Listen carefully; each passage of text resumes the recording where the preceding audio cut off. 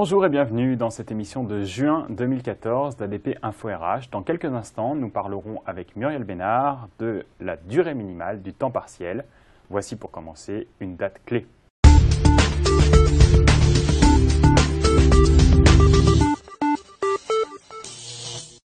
La loi de sécurisation de l'emploi est venue encadrer le contrat de travail à temps partiel en imposant une durée de travail minimale de 24 heures par semaine pour tous les contrats conclus à compter du 1er janvier 2014.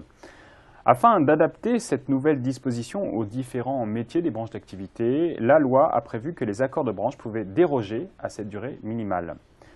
C'est pour laisser le temps aux branches de négocier les dérogations que le ministre du Travail a annoncé un report de l'entrée en vigueur de la durée minimale pour les nouveaux contrats de travail à temps partiel.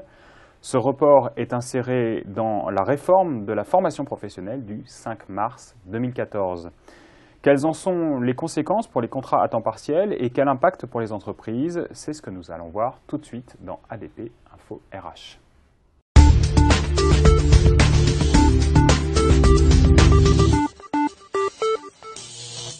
Muriel Bénard, bonjour. Bonjour. Depuis la loi de sécurisation de l'emploi, pouvez-vous nous rappeler de quelle façon le texte de cette loi relatif à la durée minimale du temps partiel a été modifié? Oui, c'est un article de la loi sur la formation professionnelle du 5 mars 2014 qui apporte des ajustements au texte de la loi sur la sécurisation de l'emploi relatif à la durée minimale du temps partiel. Initialement, les contrats de travail à temps partiel, qui a été conclu au 1er janvier 2014, devaient prévoir une durée minimale de 24 heures par semaine, sauf dérogation prévue par la loi.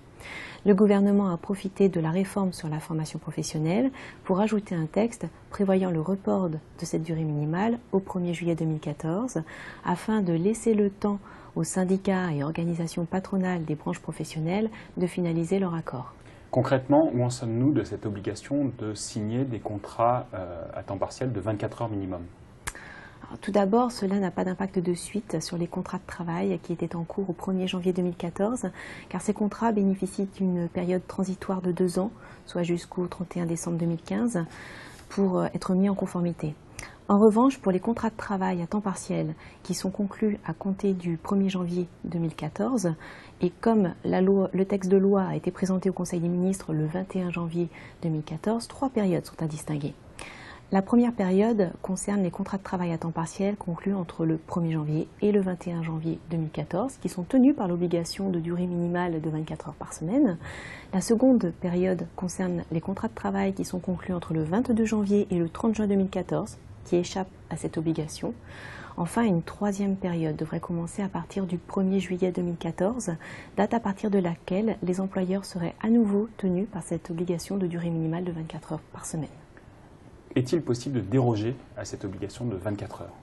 Oui, une convention ou un accord de branche étendu peut fixer une durée hebdomadaire minimale inférieure à 24 heures, à condition de comporter un certain nombre de garanties pour le salarié qui peut également demander à travailler en dessous de cette durée minimale, soit pour faire face à des contraintes personnelles, soit pour lui permettre de cumuler plusieurs emplois afin d'atteindre une durée globale correspondant à un temps plein ou au moins égal à 24 heures par semaine. Enfin, il existe des dérogations de droit pour les étudiants de moins de 26 ans, pour les associations intermédiaires et pour les entreprises de travail temporaire d'insertion. Faisons le point maintenant sur les conséquences pour vous dans l'entreprise.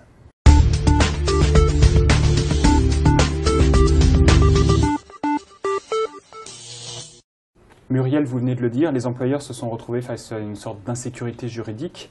Quels sont les risques pour un employeur qui, à compter du 1er janvier 2014, ne respecterait pas la durée minimale de 24 heures?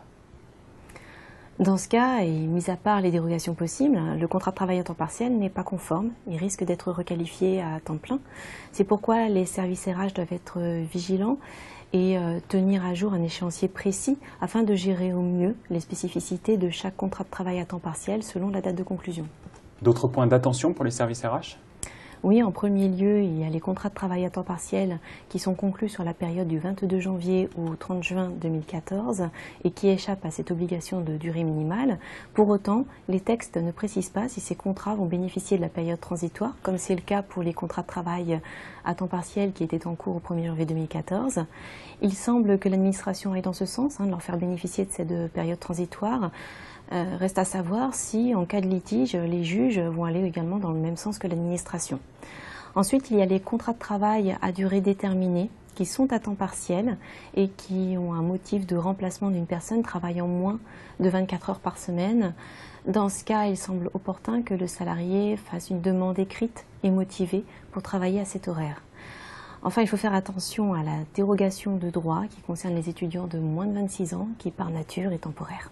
Est-ce que les services RH peuvent s'appuyer dès maintenant sur des accords de branche qui ont déjà été signés et qui prévoiraient une durée minimale du travail inférieure à 24 heures? Oui, tout à fait. Faut-il encore que l'accord de branche soit étendu d'une part, et d'autre part, à l'heure actuelle, peu de branches professionnelles ont négocié sur le sujet. Merci Muriel. Nous allons maintenant répondre à la question d'un internaute.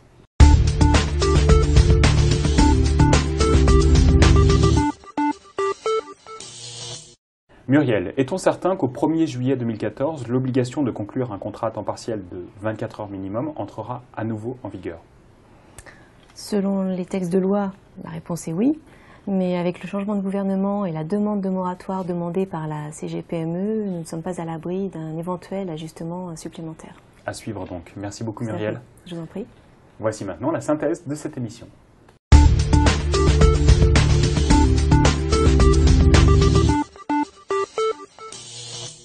Trois périodes à retenir de cette émission. D'abord, les contrats de travail à temps partiel conclus entre le 1er janvier et le 21 janvier 2014 sont tenus par l'obligation de durée minimale du travail de 24 heures. La loi de formation professionnelle a confirmé que les contrats de travail à temps partiel conclus entre le 22 janvier 2014 et le 30 juin 2014 échappent à cette obligation. Notez enfin qu'à compter du 1er juillet 2014, la durée minimale de 24 heures devrait à nouveau s'appliquer. C'est la fin de cette émission. Merci de votre attention. Au revoir.